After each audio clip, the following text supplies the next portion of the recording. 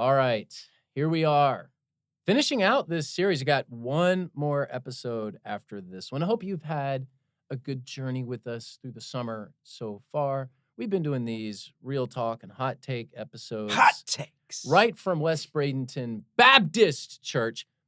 Baptist! Yay! Woo! Baptist! Welcome, Baptists. Maybe some of you who aren't. I don't know. We're going to be talking about denominations. And if you're not Baptist, you're not welcome here. No. Oh. No, we sorry. want the views. We want the clicks. We want the likes. Yes, so we do. All I are take it welcome. Yeah, we're West Bradenton Baptist Church, westbwestb.org if you are interested.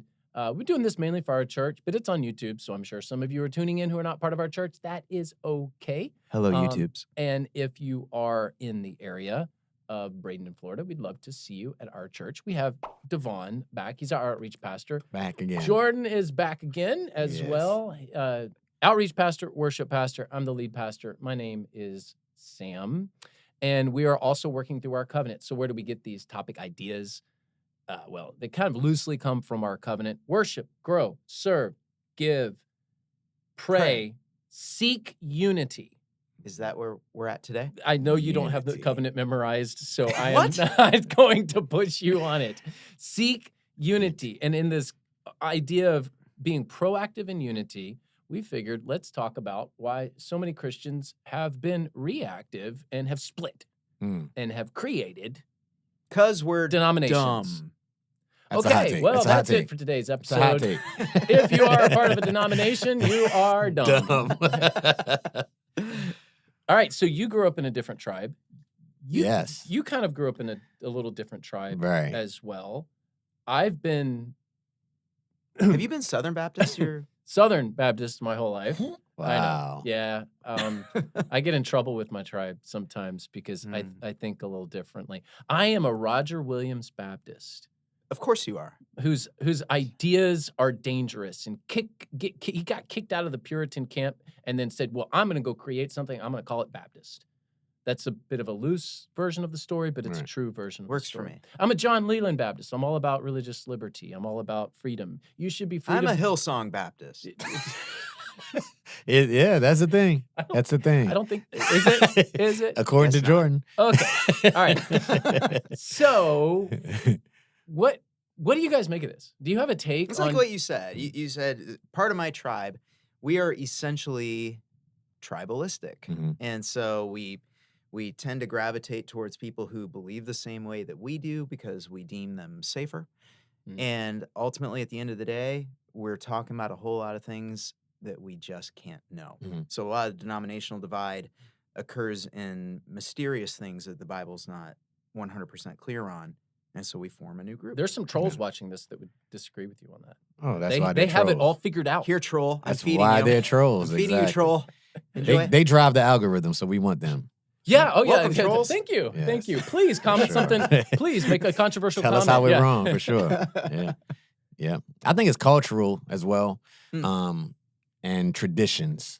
Culture and traditions drive a lot of different things. I always compared it for myself like baking a cake, right? Like you have the specific cake, but some people want more flour, sugar.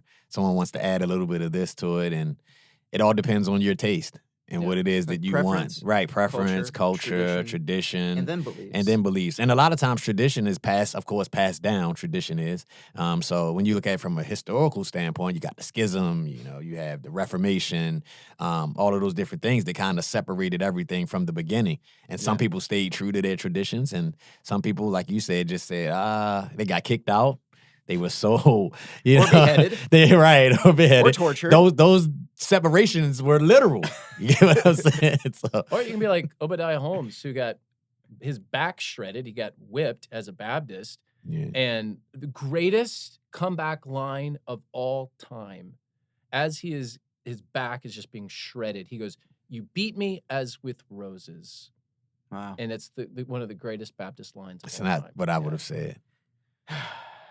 I love Yeah. it. But everything that we've said about denominations does sound negative up until this point. I think it's really easy to like throw stones. I don't think it's negative, especially cultural and traditions, right? Like the differences that we have are God inspired and created. Like, we all are different in many ways. I think the issue, if it is when we separate to a point where we're not the body, right? We're disjointed, right? That's the issue. I think that's a good point. I've got lots of friends in other tribes, very different groups and denominations and networks, and people, they all call themselves, there's really no such thing as a non-denominational church. I'll just say that. That's They're all true. Baptists. We They're know it. all- Well, they're all my Mostly. favorite. I came from non-denomination. I'll They were all just- Are I'll they Baptist. baptized by immersion?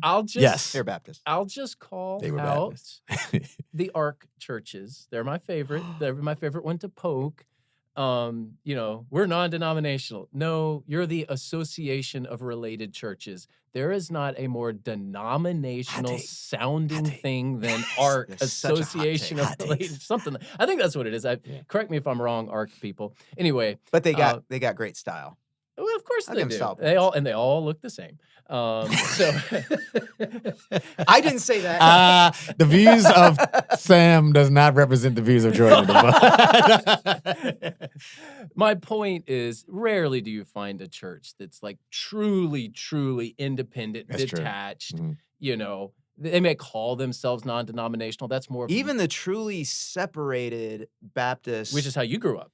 I definitely lean that way. It's all My- marketing language. That's what I want My to say. extended family definitely leans that way, and yet they link arms with other churches who are just as separated as them. Right. Like, They follow form the their own. traditions, though, right? Yeah. That's That what it they is. It's do. connected to the traditions. The non-denomination part is a part of no accountability. Wow. You get what I'm saying? Well, and I think That's that gets. really, I think. you know what I'm I think that gets to Yeah. a key point: is whatever group you associate with, whether you call it a denomination or a network or whatever it is, do you have built-in right. accountability? I find the churches that have like this structure where there's an external board of 3 people that are friends to the pastor, no denominational accountability. Yeah. Those are the ones that end up getting in a lot of trouble. Right. And bad things happen, not because they're bad people, just because you end up doing things you shouldn't do when you don't have that accountability. Theology goes left, for sure. Yeah, well, Yeah. and I do believe that. I think Yeah. people tend to drift more leftward than they do rightward, although you can have certainly problems at either Either end. extreme. We tend to be a more conservative church. Now they might say, "Hey, I didn't see Moses putting up anything for a congregational vote. It's not like he had committees that he had to run stuff by." Well, there's a lot of things wrong with that argument. It's Yeah. like that's old. Hey, talk to anyway. me after you've come down from the mountain. Right? Like, if you're gonna compare yourself to Moses, That's like, good. That's yeah. good. So you have this idea of unity and uniformity, right? So unity is something that we choose to do together. Uniformity is something that's forced upon you.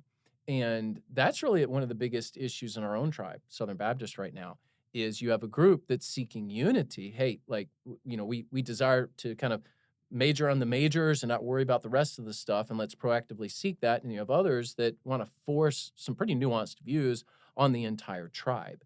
And we're splintering because of the Methodist Church has gone through quite a break. And there are plenty of others examples as well. And so you have this idea of primary, secondary, and tertiary doctrines, right?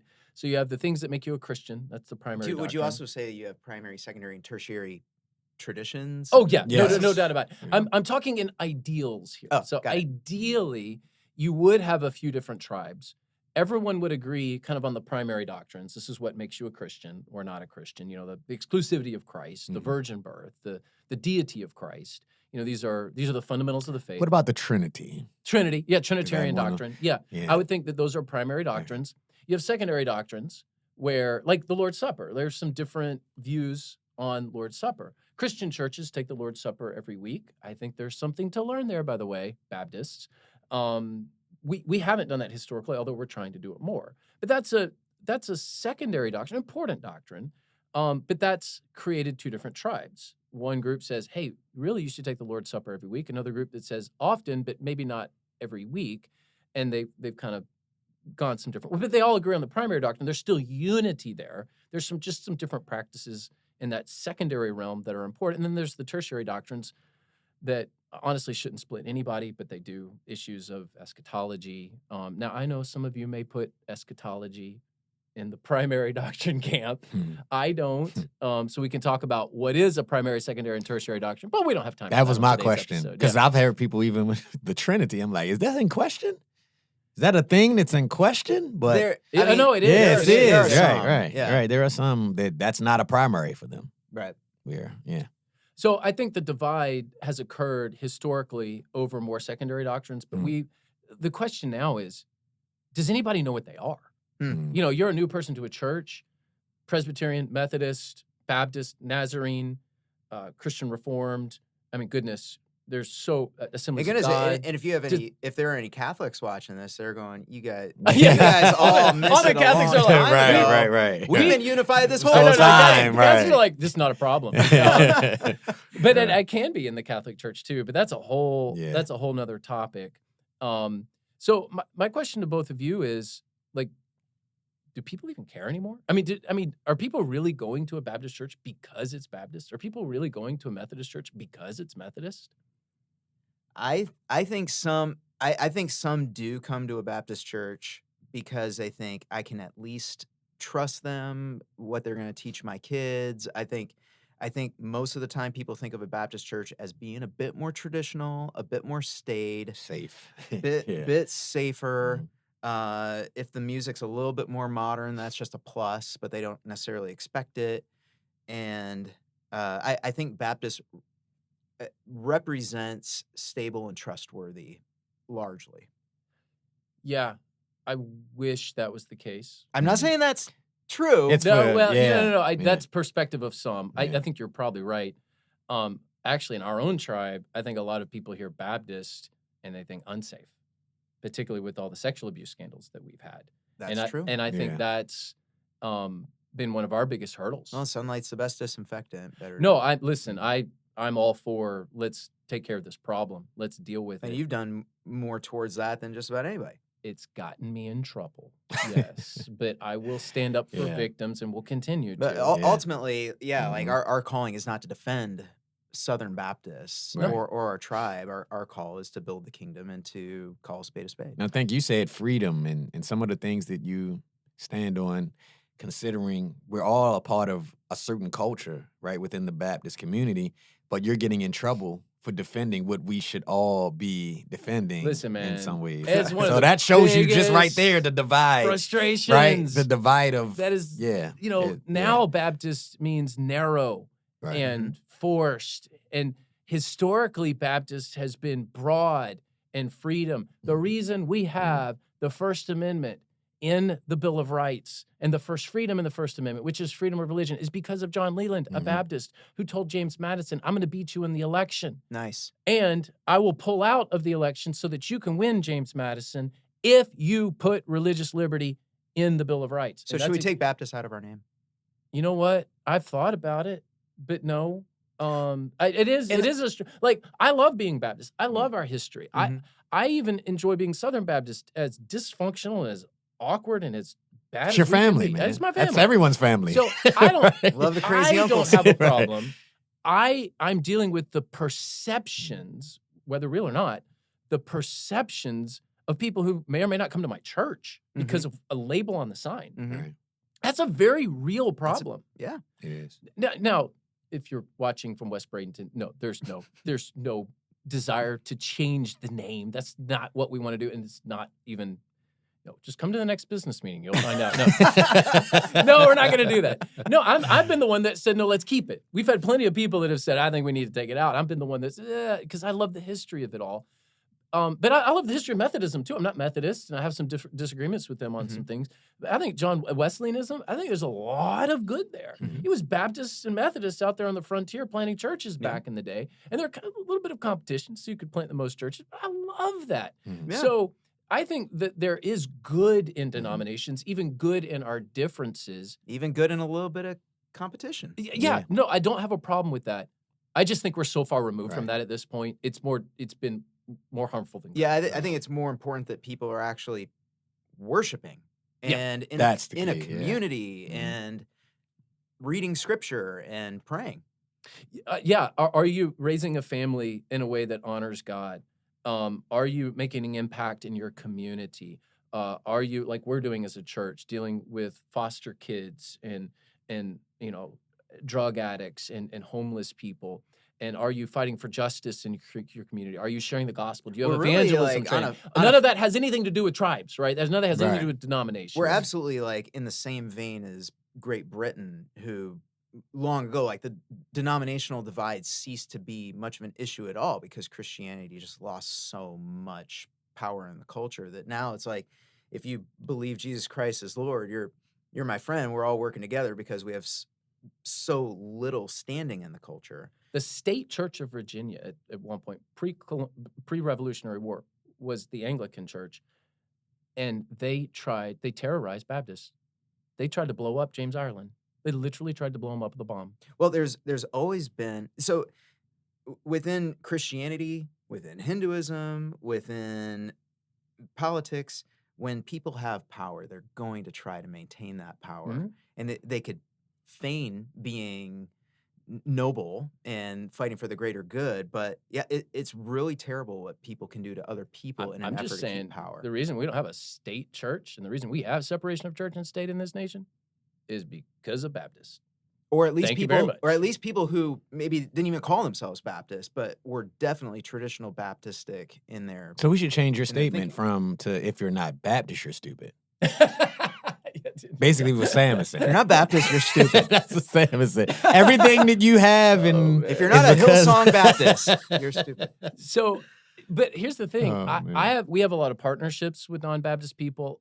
We have a lot of connections to local churches that are not Baptists. We do a lot of things together, and really, I think that needs to be more the posture than anything else. Right. Is if we have a proper understanding of the gospel, and if we can partner in certain areas, that's where we should partner. We're getting to a point in our world today where, honestly, who cares about the denominations?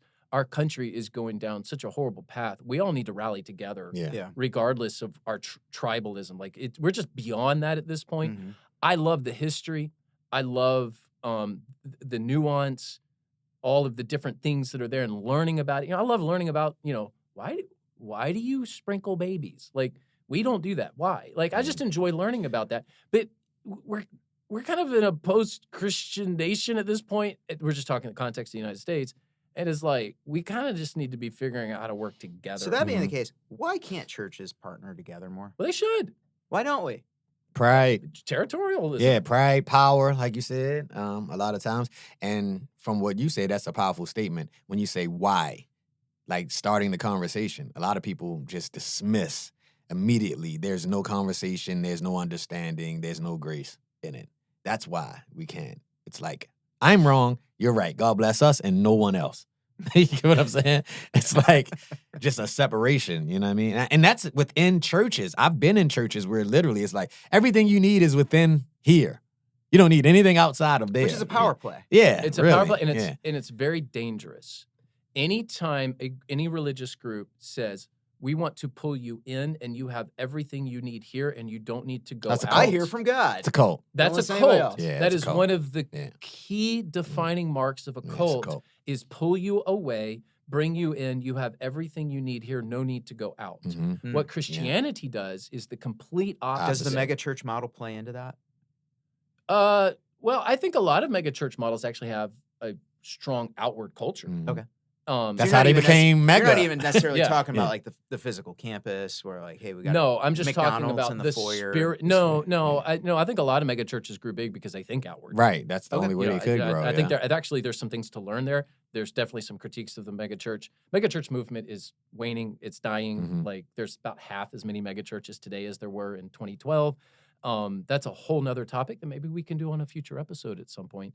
I think neighborhood churches are the ones that should be on the rise. Don't know that they will be, but they should be. And I think a lot of people are looking for those neighborhood churches. That being said, if you don't think outward, that's a problem. It's really thinking about the kingdom on a local level. Yeah. I mean, God gave us an address, right? Mhm. We're here, and that's what we're going to be talking about in our next episode is the address that God gave us, why we have it, and what 99% of churches are doing wrong. Wow. We're going to conclude. That's a hot take. It's gonna we're be gonna fun. conclude Yeah. this series with a very hot take, but you're going to have to wait. You're going to have to wait for that episode. Thanks again to Pastor Can't wait. Davon, Pastor Jordan. Thank you for tuning in, particularly if you're from West Bradenton Baptist Church, and I will emphasize that because I firmly believe in And it. you're very smart. Yes. I don't know if I'm smart, but I'll emphasize Well, it. I was talking about them, the Baptist people. Yeah, that we don't want to be dumb, as you said You earlier. do not want to be dumb. Don't be dumb. Be Baptist. There you go. That's what we do. Don't be dumb, be Don't be Baptist. dumb. Be Baptist. That should be the very that would get very the hot algorithm take. moving. Yeah. Probably a wrong take, but anyway. westb.org. If you want to like check out all this goofiness and join us at West Bradenton, this is where it all happens. So if you're in the Bradenton area, we'd love to see you in our congregation.